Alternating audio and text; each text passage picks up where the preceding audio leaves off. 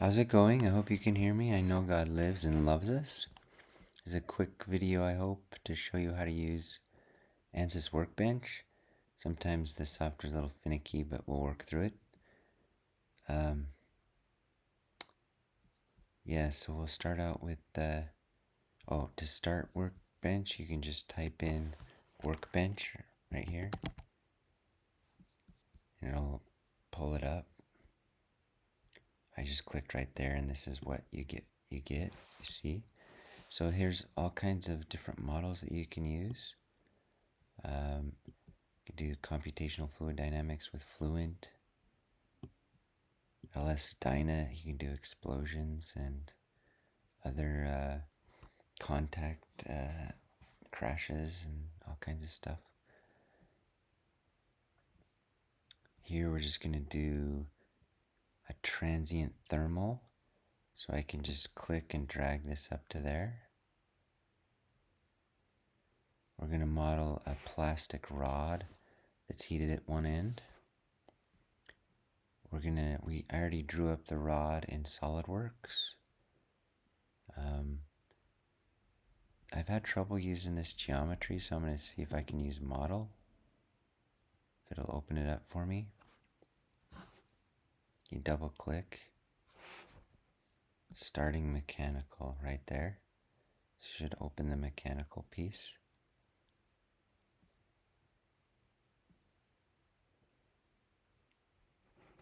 And there we have our transient thermal. And let's just import our geometry. So you right click. Let's see. Geometry imports. Say import from file. And let's just import from my J drive here. I just called it rod. Rod, open. And I sized it with the length and so forth. It's 1 centimeter in diameter, 20 centimeters long.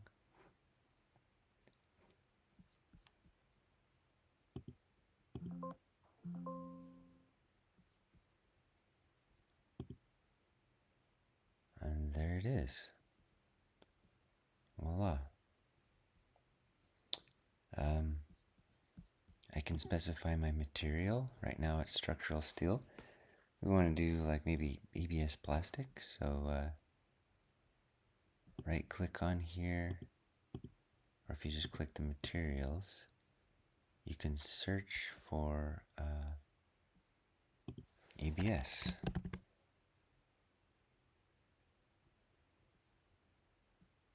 Plastic ABS. Right there. Let's just click add. So add our structure right there, and then if you click on geometry and your rod, it should say material. Right now it's structural steel. You can just change that to the plastic right down there. So now we're plastic. And whenever you do finite element analysis, you have to have a mesh. So if you click on mesh, you can just use the defaults and right click and do generate mesh. So right here you're just generating all the finite elements. So there you can see right there that that's one element in the solid plastic piece. So we've got our rod with our mesh. You know, this is a pretty simple geometry. When you get more complex geometries, making a mesh is a big deal. Here it's pretty straightforward. Let's see, so we start with our initial temperatures. It's 22. Let's say let's change it to 25. So the rod will start at 25 degrees. And let's also add in, let's add some heat flux to one side. So first of all, we're going to select, click right here and it'll select an edge. So I'm selecting that end. And then I'm gonna right click here and say insert heat flow. So I can insert a heat flow, and let's say 100 watts. And then there's a table over here, you can see it. It's kind of a step. It's 0 time, it's 100. And at 1 second, it's 100. So it's a constant 100. And then for our walls, maybe we select these walls here. Maybe that's perfectly insulated. So let's insert perfectly insulated. So that piece is perfectly insulated. Clicking and spinning. Oh, I don't have my mouse. It's not going to let me rotate it. With my trackpad, let's see here. Display. Rotate. Or no, can I just click right here? Oh yeah, right here I can click. So there's the other piece. The other end, I think. Let's just check. Oh, that's the one that's already specified.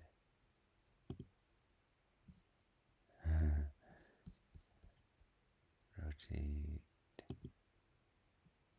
Click this one. The other way. Okay, there it is. Right there, and I can click that one. And maybe I specify a temperature. Let's specify a temperature. We'll just say that one's 25. And we're good. So now I've set my boundary and initial conditions. So 0 heat flow on the walls, then heat flow 100 watts on one end, and temperature on the other of 25°C. And now let's say we want to track the temperature, and then let's solve it. So solve. It's calculating what we're going to get here. And there's your answer, and you can change the views up here. Let's see, result. I can do smooth contours, and maybe I don't want edges, so it won't show those. And then I can, let's see, rotate this. So you can see, because of the thermal diffusivity, we're getting quite high temperatures, 1800 degrees. Yeah, let's see if we go back here to our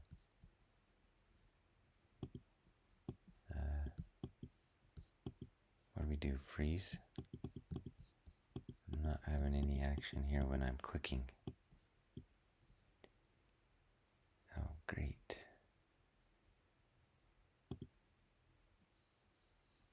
Maybe we'll reconnect. There we go. So I can rotate that. And not quite sure why it's probably got, see how it, sometimes you get this oscillation. See how it goes to minus 277 degrees? If you zoom in right here, let's see if we can zoom in. Zoom in. Oh, all right. Zoom in. You can see how it oscillates there. It comes down really low and then comes back up to the 25.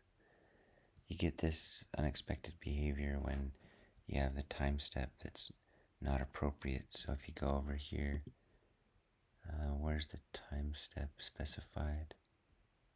Analysis settings. There's the time step. Maximum time step, minimum time step. So you could control these. Let's see if we can change that. It's not going to let us.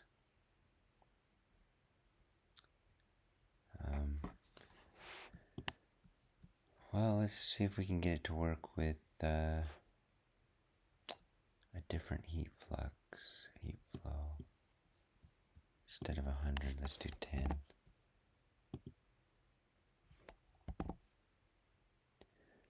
Oh, wait a minute. Before I do that, if I go back to my results, I should be able to see here. It should play them for me. So there's details of the maximum. It goes past 200 in about, what is that, 50 milliseconds. That's pretty quick. So maybe we reduce that heat flow, see what happens. So we go to heat flow here, change it to maybe 1 watt, and let's rerun it. Solve. Here you can see down here it's simulating that. It's ready. So now we're up to 43 watts. And it's interesting, this has gone below the initial starting point. That doesn't make any sense. Got 25C. Let's see if we go to our materials, plastic. Let's see what's our, there's our thermal conductivity, specific heat, and there should be a density too. The alpha value, or the thermal diffusivity, is a combination of the conductivity divided by the heat capacity and the density multiplied by the density, which is about 1 gram per cc. Where does it say the density? Oh, right there, 1,000. So you can see the thermal diffusivity of the plastic is really small, because you'd have this divided by 1,400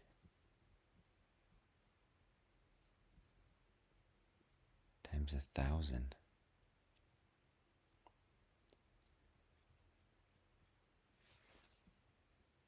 Yeah. So let's change, let's see, go back here to the heat flow. Let's change it to 10. And we'll simulate that to go in there, yeah. Solve.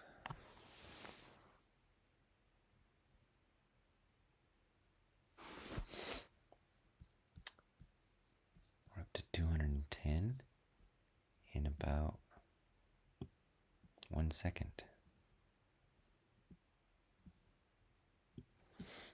Let's see if we can do a longer time. Click right here, analysis settings, step end time, let's do 10 seconds. Simulate, solve.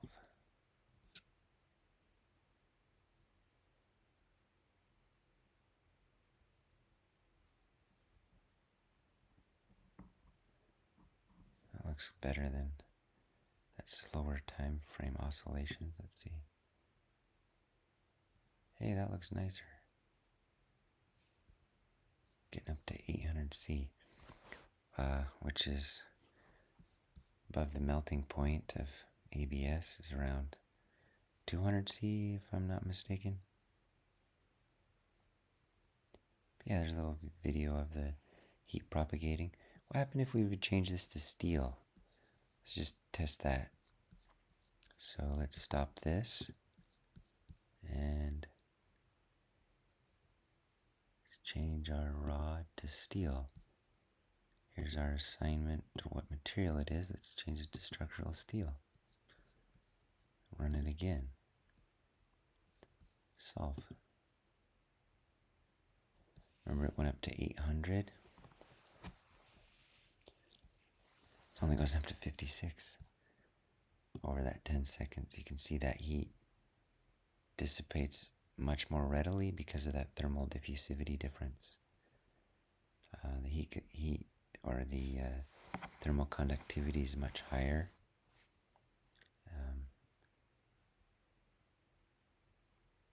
As well as the density.